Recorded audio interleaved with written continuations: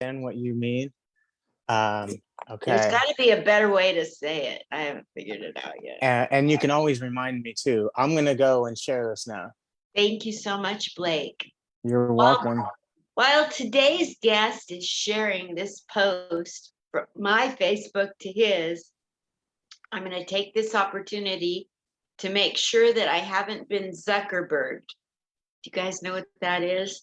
Being Zuckerberged is when Facebook tells you that it went live and you have to check every time to make sure Zuckerberg's outfit really did go live, because I've been Zuckerberg before. And furthermore, Zuckerberg in English, it's German. In English, it means sugar mountain. And we all know that stands for cocaine. So that's all I'm saying. Just, you got to know where your name comes from. So I'm going to be watching to see who all's here watching. Oopsie daisy. Somebody's actually watching. It's probably Blake sharing it. Probably. Just how things work. Anyway, so today on Comic Spot, this is interview number, I think it's 935. So we're getting close to 1,000 interviews. Blake is not my first man. Oh man. Oh my gosh. So I just want to say, no matter where you're watching, if you're going to be live here and you want to ask questions or say you love his Golden State Warriors outfit he's wearing, blue and yellow, anything you want to say to try to disrupt us or derail the interview, go ahead and try. I dare you. Afterwards, you can make all the little comments you want, but I got to tell you, before we get into today's interview with my special guest, I got to tell you why I started doing this. I was bored. I was depressed. The world had shut down. I went to look about going outside my door, and I said, no, too depressing. I'm staying in. And I said, if I'm depressed, maybe all those suicidal comedians are also depressed. So I started Zoom calling them because, I'm depressed. There's been times when I've been at the ends. I thought, well, maybe if I check in on people, we all won't get so depressed. And then people started liking these interviews. God knows why. And now I do it because it actually helps promote people. There's been people on here where a booker or agent said, I want to book that girl. Sorry, Blake. Or guy. Sometimes guys get booked in this business. Leave it to me to flip the script. Anyway, enough with the shenanigans. Now for my sponsors. I have 2 sponsors. One is my good buddy, kind of a mentor that he's been, Will Clifton from the Veterans of Comedy. Him and Eric Knowles started the Veterans of Comedy, and they actually let me be a member. Can you believe it? Anyway, next time you're looking for somebody that can serve up jokes, because they used to serve up in the military, go to veteransofcomedy.com and look through all the people there. Find my picture and hire me. Okay, hire somebody else, whatever you want to do. Just go to the Veterans of Comedy. They're my sponsor, you guys. Give it up for the Veterans of Comedy. Being my sponsor. I don't go very long without shenanigans. And now for my last sponsor. It's called The Living Water. Dawn Reese, a comedian here in Vegas, she gives me bottles of water. I stay hydrated. Why do you think I look so young? Look, I look young, almost as young as Marilyn Monroe, because of living water. I tell the truth, you guys. Get some living water. It'll help you live. But today we have an esteemed guest with us. He's probably getting nervous. Let's see, he's holding his heart. and I'm going to go to his little introduction that he sent me. I ask everybody to send me the introduction. 'Cause I was looking up stuff and then I'd say, well, it says here that you have a Netflix special. I've been in comedy 1 week. How am I going to?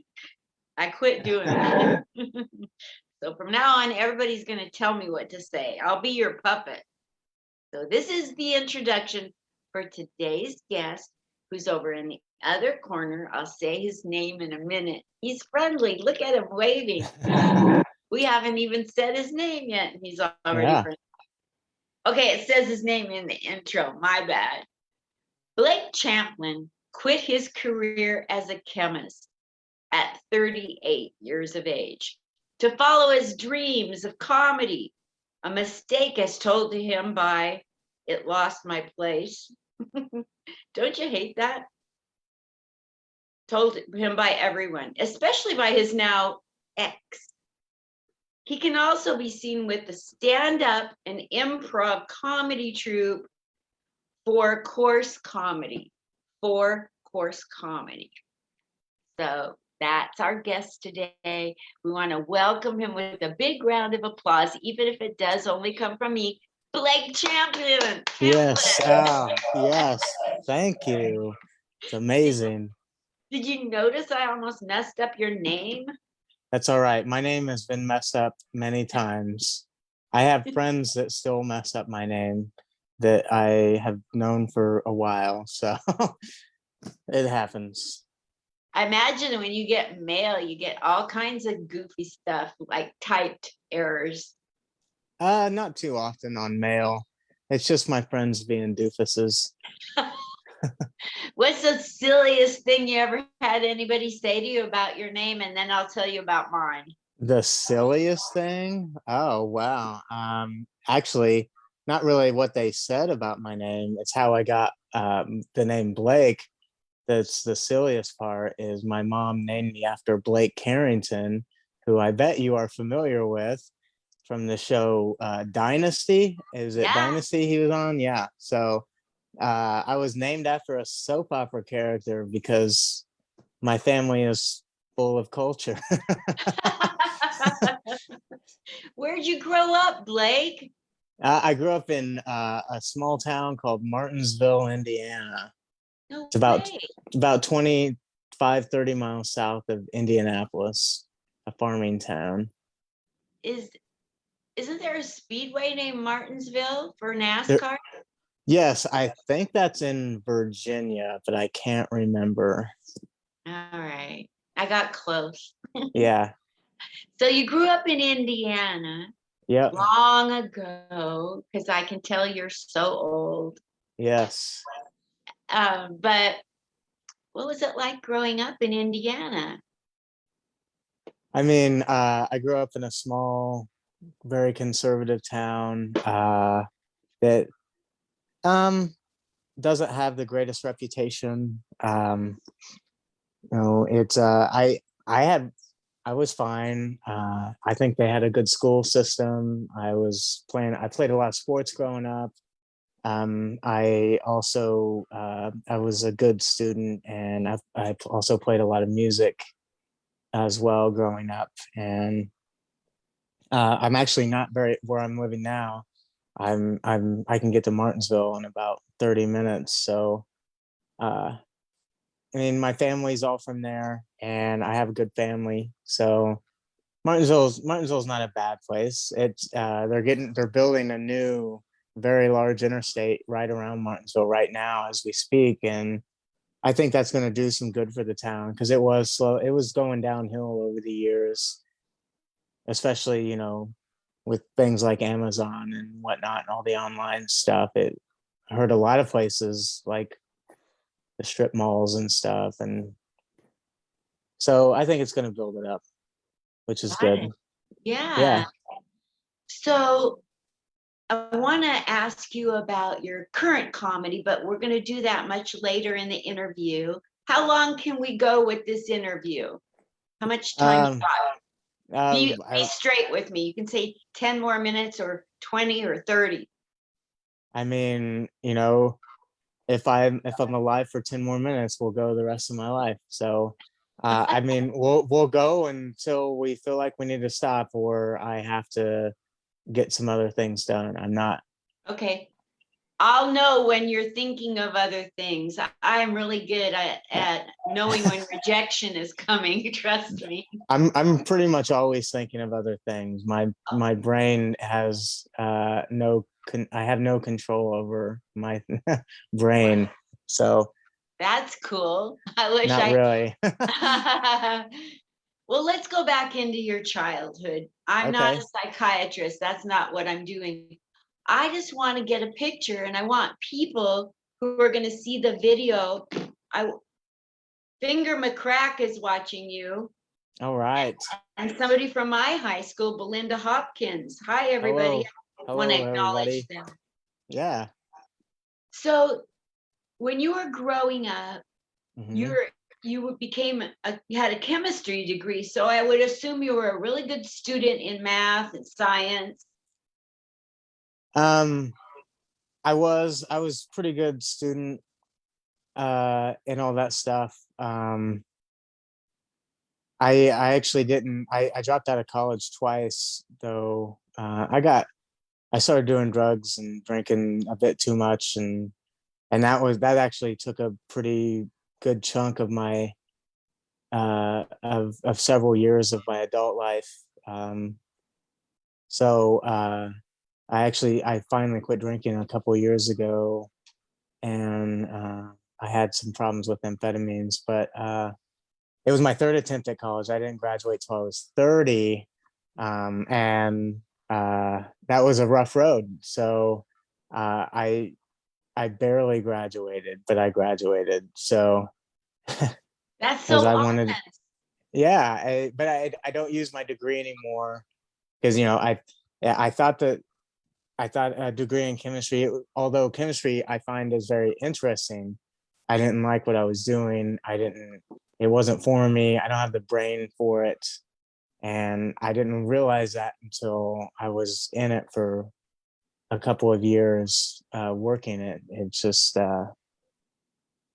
I, uh, I'm fine with memorizing things, but when it comes to understanding chemistry, that's a different ball game. So, there are some things I understand, and I'm trying to work that into my material, um, but yeah, I actually don't like telling people I have a degree in chemistry because I, it's not something I'm actually proud of. Uh, and people tend to think that, oh, he must be smart. And then they realize, oh, he's just an idiot. So, I um, totally get that. yeah. Like not everything about us do we want out there. Like I have a brain injury, but the minute, I'm old, white, I look privileged. I'm Hmm. not white privileged, but I look like a Karen. And when I say I have a brain injury, it doesn't go over well. It's not pretty.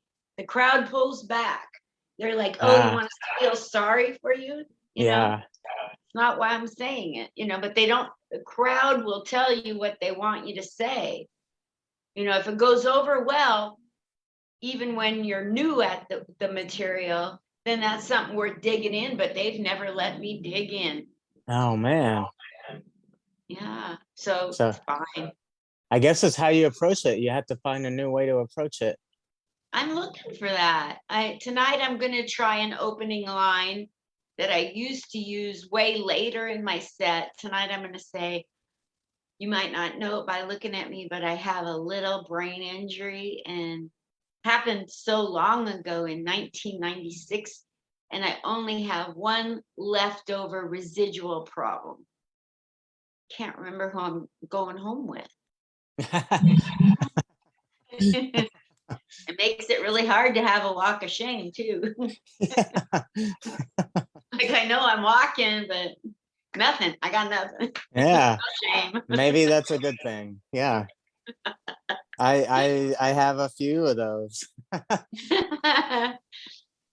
So um back to you. I can Okay. make it all about me, but I shouldn't. but I just wanted to relate to what you're saying about Sure. not wanting to talk about a chemist. When you were talking about it, I was thinking it'd be kind of funny to have somebody who's been a chemist say, I was a chemist and I like this part of it, not this part of it.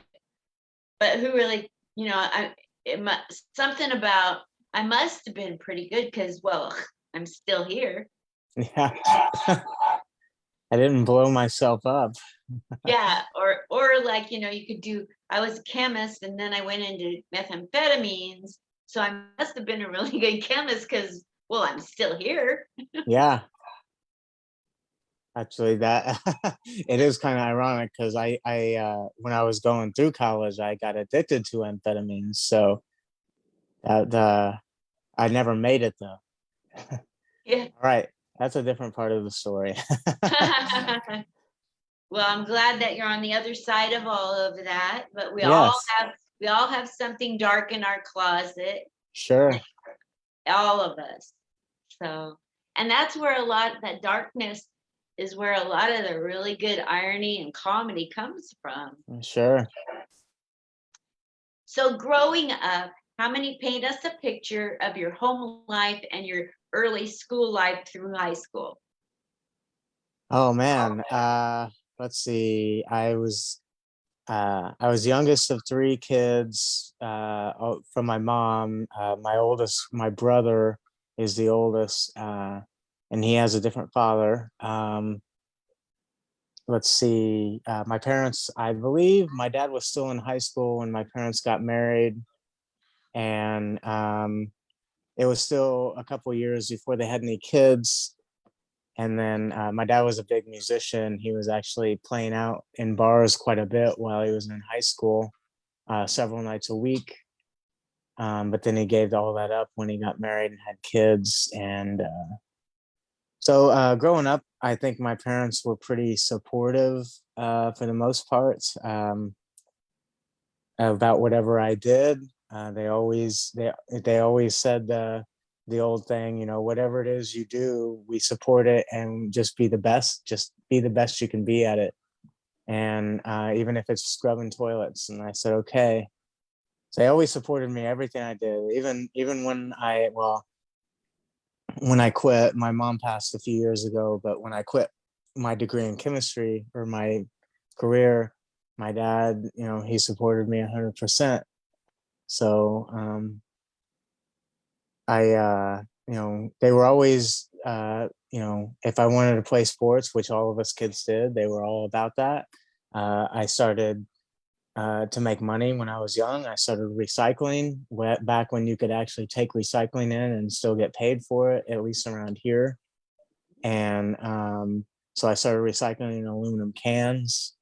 And my dad helped me set up bins for it. And then after every so often, we'd take all the cans to the recycling center and I'd make a few bucks and that'd be cool. And then I started having paper routes. My parents were always supportive. I wanted to work and I was a good student. I was always playing sports, and then my dad got me into music, and I was playing cello for 2 years. I was first chair my second year, Wow, it's a and big deal. it was out of four cellists. I don't even know how you say that. Jealous. But I went to. I decided I wanted to play the drums, and so I moved to the band and started playing percussion. And which I'm glad I did. I wish I never would have quit playing the cello because that is a beautiful instrument. I love the cello, and but I'm also convinced that the drum set is one of the coolest things that humans have ever invented. So I picked the right instrument, and it was great for me because I was very spastic for a long time. If you ask my old bandmates, they'll tell you all about it when we played live shows. Uh, but yeah, so I got a lot of academic rewards, or not rewards, awards in school. I've made honor roll a bunch of times, including 4.0 honor roll. I graduated high school with honors. I did not do very well on my SATs. But I did make it into Indiana University, which is where I wanted to go. It's the only school I applied to. I don't think my parents knew how to do anything as far as that, and they didn't help me with anything. So I applied to one school and hoped for the best, and I got in. Uh, so I went to IU for a couple years, and then I started partying a little too much, and I dropped out at the end of my fourth semester. And then I applied to a community college around here called Ivy Tech. Actually, Ivy Tech, I think they call it state. It's a state. I'm not sure. And I applied to the nursing program and I got in, and I went for 2 weeks and I quit on September 11th, 2001. Good for And you. I used that as my excuse to quit. Uh, Basically what it was I was high all the time and I didn't want to study. So all I wanted to do was be high. And um, so I used September 11th because the world's ending now. So why do I need to go to college? My dad wasn't very happy about that one. That's one thing he definitely did not support. Now, Uh, did he know the reason why you really quit? no, but he might have been smart enough to figure it out on his own. Um, and I was getting heavier into drinking and smoking and all that stuff. And I had a crazy one of the most significant moments in my life. I was either 19 or 20. I took some magic mushrooms and I had a really bad night on them, a very bad night. And that set me on this huge loop that affected the rest of my life. And it set me down a whole different path in life, in both good and bad ways. And trying to get over those bad ways was it was very painstaking. And I had no idea what I was doing, but I'm doing this now. I probably wouldn't be here if it wouldn't have been for that night on the mushrooms. I probably wouldn't be doing comedy right now. But so I dropped out of college the second time. I can't remember what year that was. I guess that would have been 2000. Yeah, 2001. Okay, 2000, September 11th, 2001. I dropped out. And then I moved to Florida in 2002 briefly. And then I moved to LA in 2003 to 2004. And when I moved just to get away. I wanted to get away from all the stuff I was doing and to see something different. And so the reason I stayed in Florida is because I was making this long trip and my car broke down, and my grandparents were the closest people by, and I had to get my car fixed, and I wanted to sell it and get another one. And so they were in Fort Myers and let me stay at their place while I did all that, which was very cool. And then I moved to California, and that's when I decided to try comedy for the first time. And I was a huge fan of Bill Hicks. I was at this time. So this is 2000. Bill Hicks had been dead for several years at this point. I'd been into him for a couple years, and I was diehard Bill Hicks fan. I was like, all right, I'm gonna be in LA. Let's try this comedy thing. And so I did a handful of open mics, and I did my very first open mic at the Comedy Store in West Hollywood on the Sunset Strip, which was very cool. And then what's really cool is like now, regulars there included like Ari Shafir, who's quite a well-known comedian now. Sebastian Maniscalco was a regular there. Bobby Lee from Mad TV used to host the open mics, even though he was well known on Mad TV at that point. Um, John Caparulo, who's had a couple of specials out, he was a regular host of the open mic. I see him every week at Wise Guys Oh, here. wow, very cool. So there you go. And that was neat. I got to see all those people before anyone knew who they were. And they were still just regulars. They were still doing like, you know, probably 15-minute spots tops at a lot of places, 15, 20 minutes. Um, and uh, that was pretty neat. And comedy was kind of going through a dead moment at this time. It was pretty easy to get on the Comedy Store open mic. I understand right now it is not easy at all to get on the Comedy Store open mic. So, but I did comedy. I had no idea what I was doing. I didn't try to find out how to figure it out. I just did what I do in life normally, and I just do it. And I failed at it miserably. And I didn't really, I would write stuff, but I wouldn't really practice it well enough. And except for my very first set, I practiced that one the most. And I actually had a decent set for a first timer. So I quit after a few months. I did like 35 to 40 mics, and I got uh I was like, all right, I gave it a shot. And then I ended up I decided I and another significant event in life is I went to Brazil, um, South America, and I did and I partook in an ayahuasca retreat, which those are huge now. And back in 2004, nobody knew those things existed. It was almost another decade before people started hearing about those things. And and I met artist Alex Gray, who uh, who has done some pretty famous album covers, and that made me that was a pretty significant moment in life. It was my first time out of the country. It made me decide I wanted to go back to college. So since I'd already went to IU, I called them up. I didn't have to reapply. Great. So I went back to I moved back home, went to IU, not realizing it was going to be another 6 years before I graduate. Uh, but so I went back to IU in the spring of 2005, spring semester, and I started doing stand up again in 2006. I did a handful of open mics in Bloomington, Indiana, and Indianapolis, and I did like 10 or 15. And I was better this time. I was actually practicing my stuff, and I was getting laughs, not great or anything. And then I gave up again. And I can ever since, understand. yes, and ever since that moment of giving up, I had it in the back of my head that all I wanted, I wanted to stand up. I want to do stand up.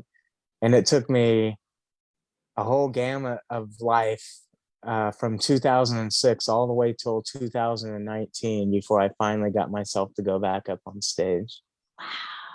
And I did a lot of bad things in those years, some very bad things, and I'm not proud of them. And but I also did some good things too.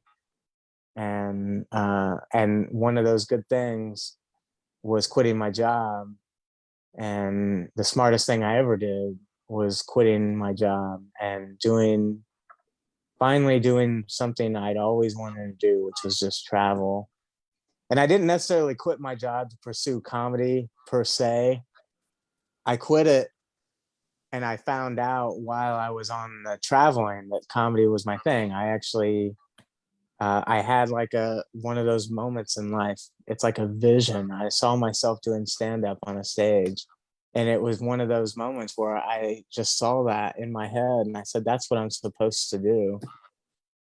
And so my life that was like June 3rd, 2019, when I had that vision.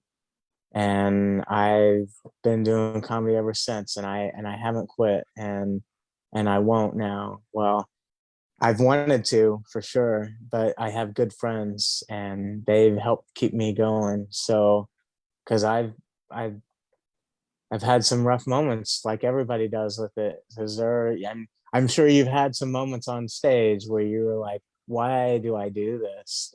Yes. This is no fun at all." And and sometimes you just have a bad set after a bad set after a bad set, and it never gets good, and it feels like this is this is a waste of time. But I kept doing it, and here I am. And so, how is your career going now in comedy? Tell us where you're at today with it. Okay, so I'm 3 years in now. This month I hit 3 years, and I don't do I've been on stage many times now. I have a comedy troupe. We started last year. We did our first show September 30th. There are four of us. That's called Four Course Comedy. Um, and uh, so I've got that going. We do shows. We put on the whole show. None of us are headliners, um, but we all do stand up and improv. So we can put a whole show together. And I think we just did our ninth show, I think, and we got our 10th show coming up next week.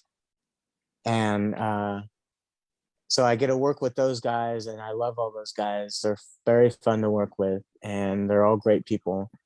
And then and two of those guys did a lot of really good things for me in the last couple of years that I can't thank them enough for. Um, on top of that, I've been hosting a lot of shows, which I hated hosting for a while, but I finally realized I started hosting. I did hosted my very first show in July of 29 no July of 2020, and I'd hosted like two open mics before that, and I did not like the hosting, but it wasn't until about 2 months ago that I realized how important hosting is. And at that moment, I realized, oh, I want to host more shows now because I want to be good at this. Because I didn't really think I was all that good of a host, and I wasn't. And I want to be good now. I want to be a good host. That's a great skill to have, no matter whether you're the host, the feature, the headliner. You can use that skill for any spot in the show. So I've been working hard at that, and now I can see my hosting skills are really very much improving, and I'm very happy with that. I have a And this is, question. I have, yeah, I have to ask you right now. What's the biggest, best piece of advice anybody ever gave you about what's good and what's bad about hosting? that's a tough one. Um, I don't know if anyone's ever really given me, I don't know if I could categorize it and without sounding weird in the sense that I don't know what I'm talking about, if it's necessarily good or bad. I know that one, to me, I if I'm hosting and I'm doing time, I want to do the best I can do. Uh, a friend of mine who helps run a comedy club has helped have me host many times, and he's told me many times that your job as a host is to get the crowd into it. You don't worry about whether you're killing it up there. Just get the crowd into it and keep it rolling. And I still don't quite understand that, in the sense that you're if you're doing well on stage, then the crowd's going to be into it. If you're not doing well on stage, then the crowd's not going to be into it. At least it's going to take them a little longer anyways. So I still am confused with that. I learned the importance of having good energy with being a host, and not just going out there and being like, hey, you guys ready for some comedy? Which I saw a guy do at a show, and that's the show that I learned how important it was, because he did his set. It was the most awkward hosting I've ever seen anyone do. He did not do well. And I said, all right, I'm going to go out and I'm going to do the announcements that he did not do. I'm going to thank the crowd, thank the venue, uh, and I'm going to have some energy. And I did that. I got the crowd to clap a couple of times, and my first joke hit, and I could tell like that's when I knew. I was like, okay, this crowd was already ready to laugh. He just didn't get him to it. He just wasn't doing it right. Now, sometimes they still have to warm up, until they don't even laugh till the feature comes out. And then now they're fine laughing. But I realized that moment that they were ready to laugh now. And that's when I go, okay, now I see how important this hosting thing is. But I don't know if anyone has any given me any advice that like sets in my head like that, like you were asking. Well, I got some really good advice I took a class on hosting from somebody who's been on HBO hosting, Vanessa Hollingshead. And Okay. and I thought her advice was, a lot of people have given me advice, but I like hers so much. She said, you know how like you're doing crowd work, like you ask a question and she said, never ask a question if you don't know where the answer is going to come from. Like, ask a question with a predictable answer coming. So, and have that answer lead you to the next thing that you're going to say. And Okay. I never had the courage to try it because it sounded so complicated. I just thought, oh, I'll just get up there and wing it. But when I tried it, just last week I tried it, it made me feel so confident. Oh, And nice. I think that helped the energy. Ah, sure. So, Yeah, I don't do a lot of crowd work yet. That's a skill that I'm very slowly starting to work on.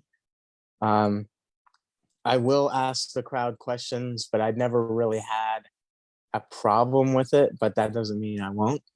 yeah.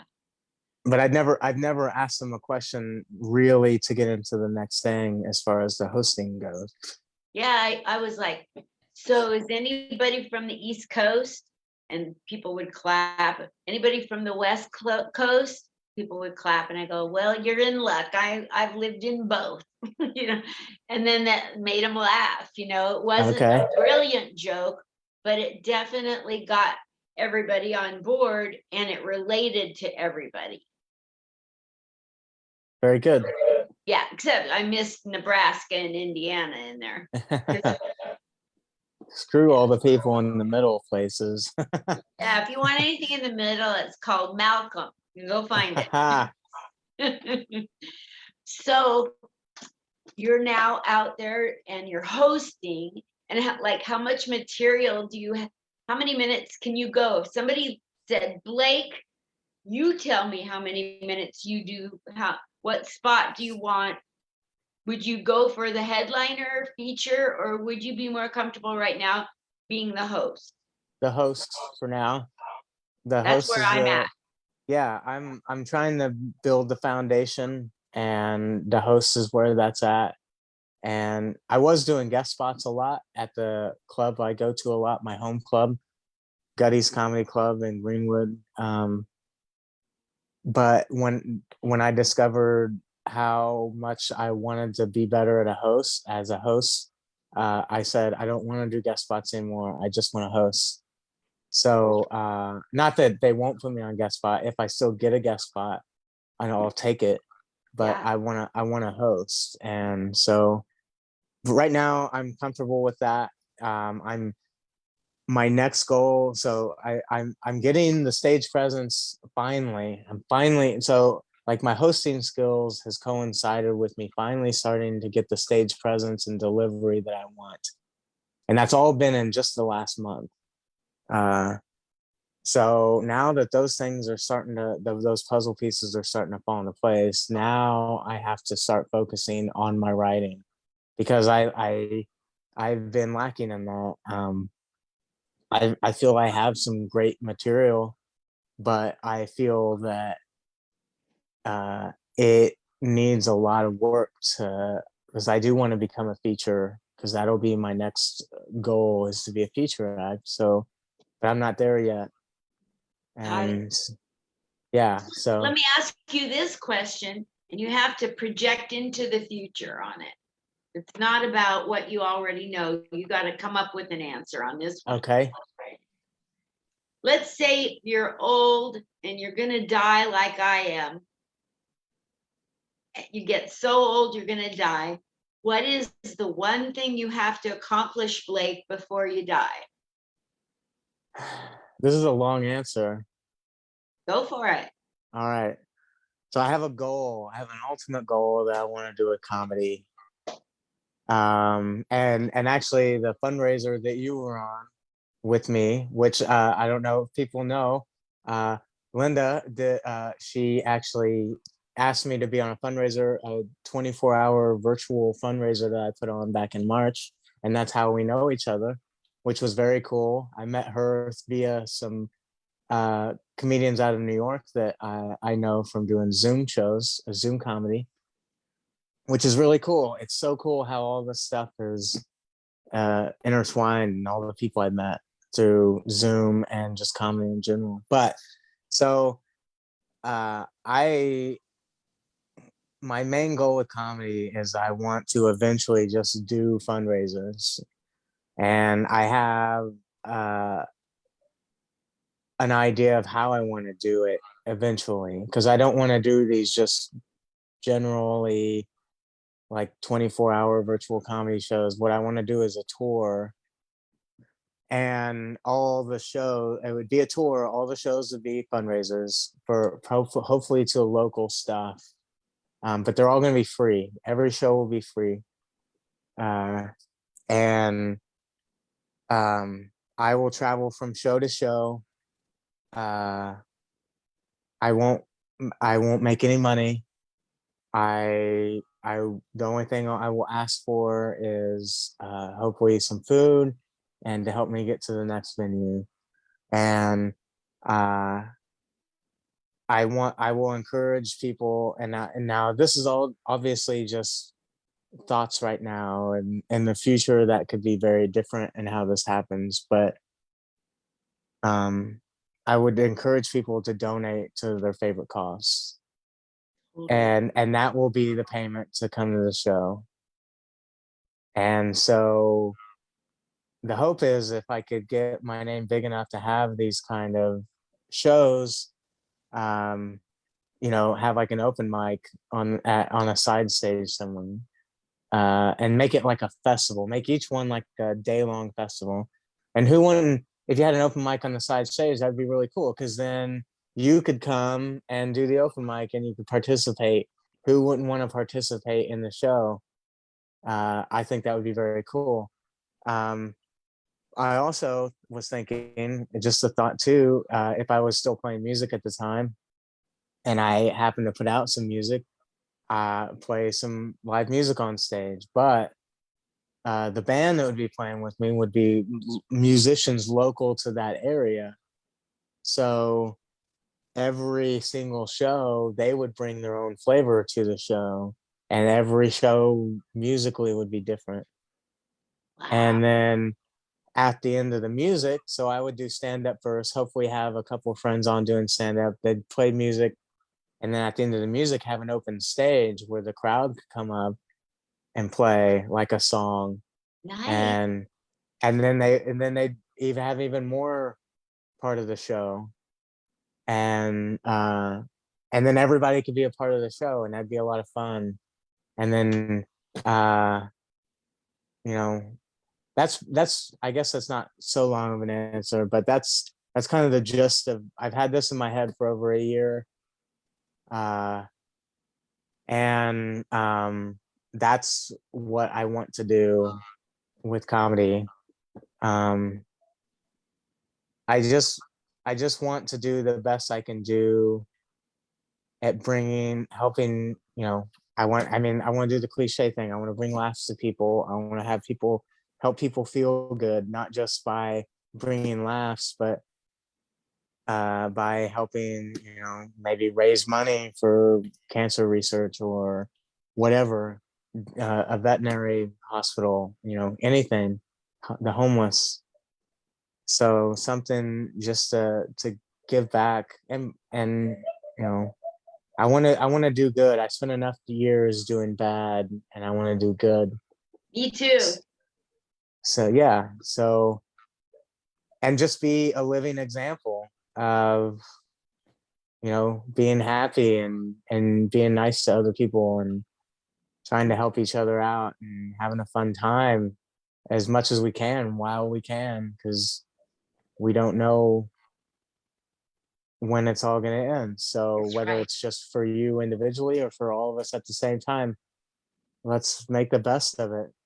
Because I don't Anytime, know. anytime you have a fundraiser that I can help with in the background or in the performing and vice versa, I love fundraisers, so I'm doing one on the 25th, but it's just for New York people.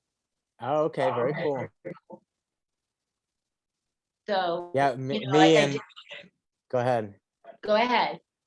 Me and Steve Goldberg, is that his last name? I can't think of. Is that right? Yes.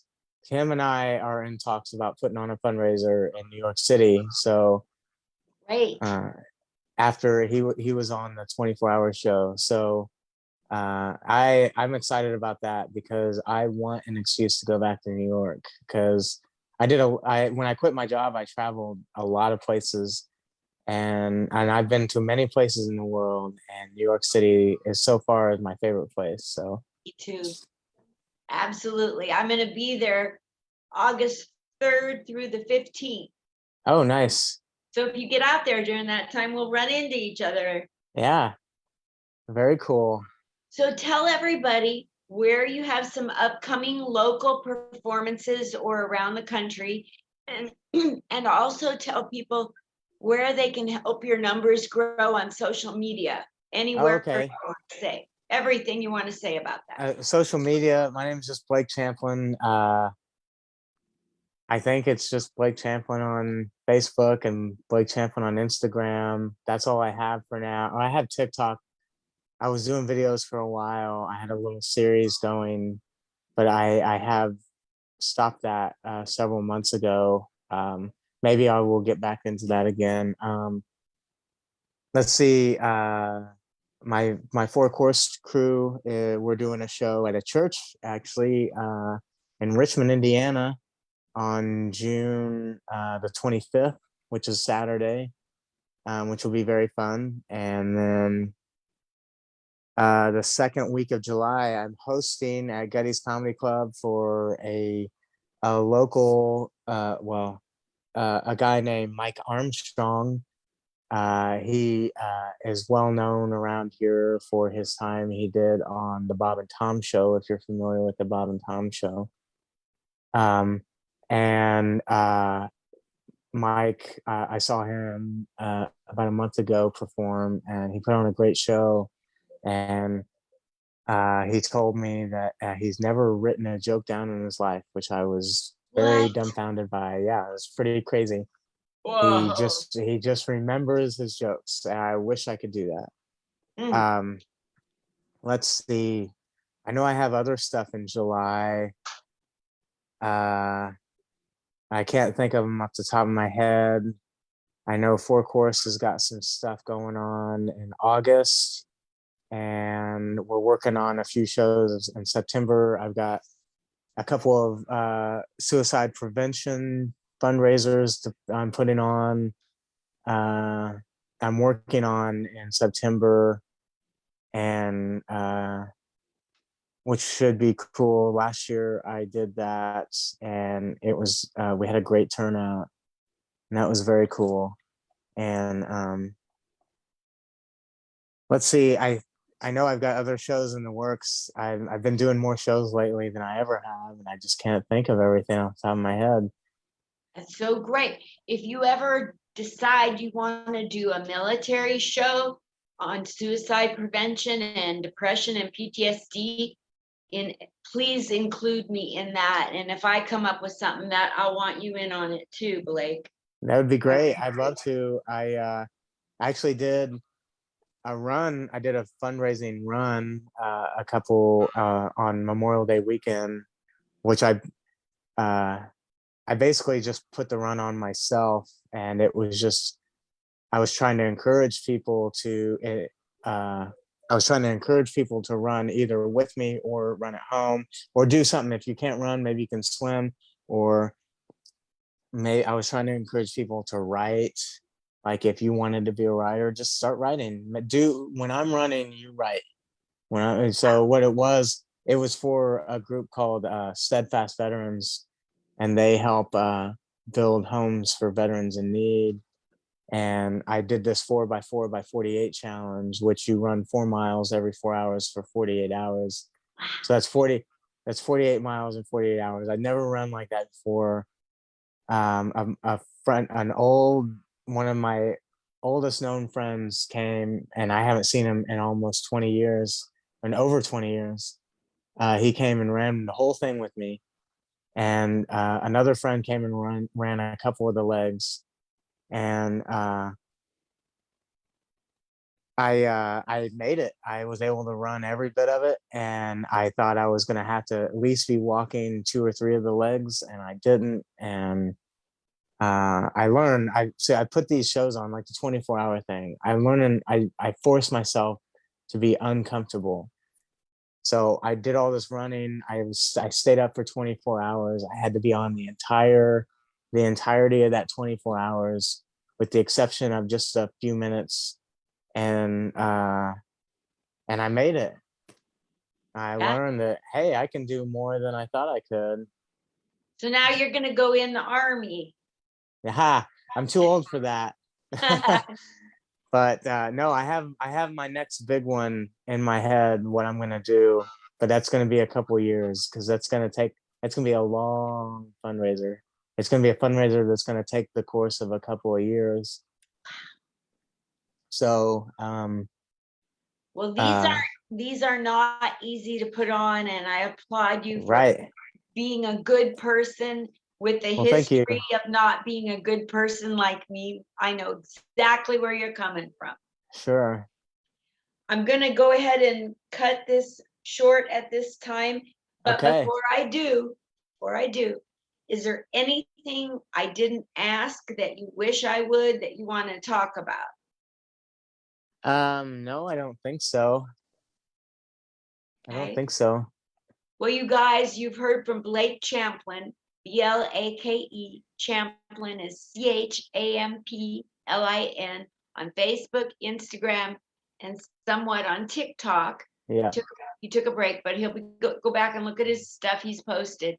Help his numbers grow. It's all about numbers right now. You can go up on stage and blow raspberries into a mic if you have numbers. Yep. So help these people. And if you're a booker or agent, you've seen how authentic and real he is with a heart. Book him. Book him, America. Book him. Thank you. And also my troupe, Four Course Comedy, and we can put on a whole show. So, and they're Yes, great guys. So yeah, yes. Four course comedy. comedy. Four And course four comedy. is in the number four. Yeah, so four and then course comedy. So yep. Very good. Yeah, that's awesome. In your comedy, how far have you traveled out from where you are in Indiana?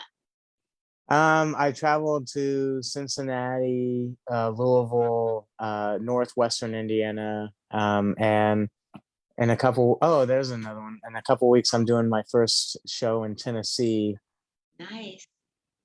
And you which is went to July New 2nd. York too. Yeah, yes, for sure. Those were all open mics. I've done several open mics in New York. So It all that's counts. yeah, New York's tough. yep, Well, thank you so much for taking your time and coming on to Comic Spot. Please be sure, a little reminder to subscribe to my YouTube. I would so appreciate it. yeah. It's comedian Linda Marcus Smith. 4 words. Very cool. Thank you so much, Blake Champlin. Give it up for him, you Yay. guys. Woo! Yay. Yay, we did it. And we're still Yay. friends. Neither one of us blocked each other yet, I don't think. I haven't had time. Thank you again, and have a wonderful day. You made my day by coming on. You're Oh, well, a real thank you. You bright, made my day too.